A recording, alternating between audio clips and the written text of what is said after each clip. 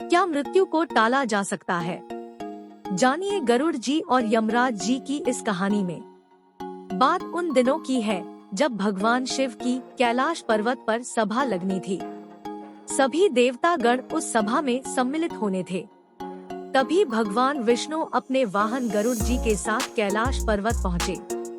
गरुड़ बहुत ज्यादा तेज उड़ते थे। उन्हें रेस में कोई भी नहीं हरा सकता था। वे मिनटों में हजारों कोस दूर उड़कर पहुंच सकते थे।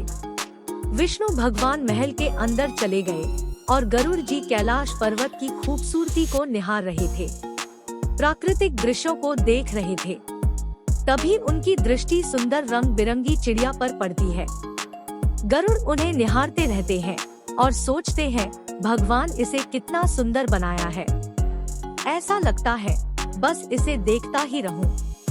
तभी वहाँ यमराज जी भी आ गए। गरुड़ यमराज जी को प्रणाम करता है। यमराज जी पहले तो उस चिड़िया को एकदम आश्चर्य से देखते हैं, फिर महल के अंदर की ओर देव सभा में चले जाते हैं।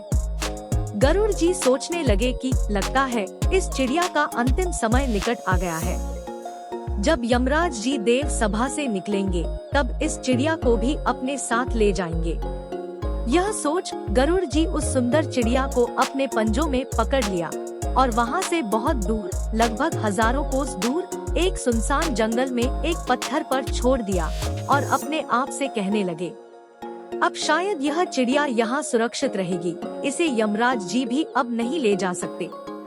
चिड़िया को भगवान भरोसे छोड़ गरुड़ कुछ समय में ही कैलाश पर्वत पर फिर पहुँच गए, क्योंकि गरुड़ जी बहुत ही तेज रफ्तार से एक स्थान से दूसरे स्थान पहुंच जाते थे। उनका मुकाबला कोई नहीं कर सकता था। जब गरुड़ जी कैलाश पर्वत पर पहुंचे तो फिर से कैलाश पर्वत की प्राकृतिक दृश्यों में खो गए। तभी देव सभा समाप्त हो गई। यमराज जी बाहर आए। तब गरुड़ जी ने यमराज जी से पूछ ही लिया, यमराज जी, आप जाने से पहले एक चिड़िया को इतने आश्चर्य से क्यों देख रहे थे? तब यमराज जी कहते हैं, गरुड़, उस चिड़िया का अंतिम समय निकट आ गया था, लेकिन उसकी मृत्यु यहाँ कैलाश पर्वत पर नहीं होती। यहाँ से हजारों कोस दूर एक सुनसान जंगल में जब यह चिड़िया एक पत्थर पर बैठी होगी तब एक सांप के द्वारा उसका भोजन बनेगी।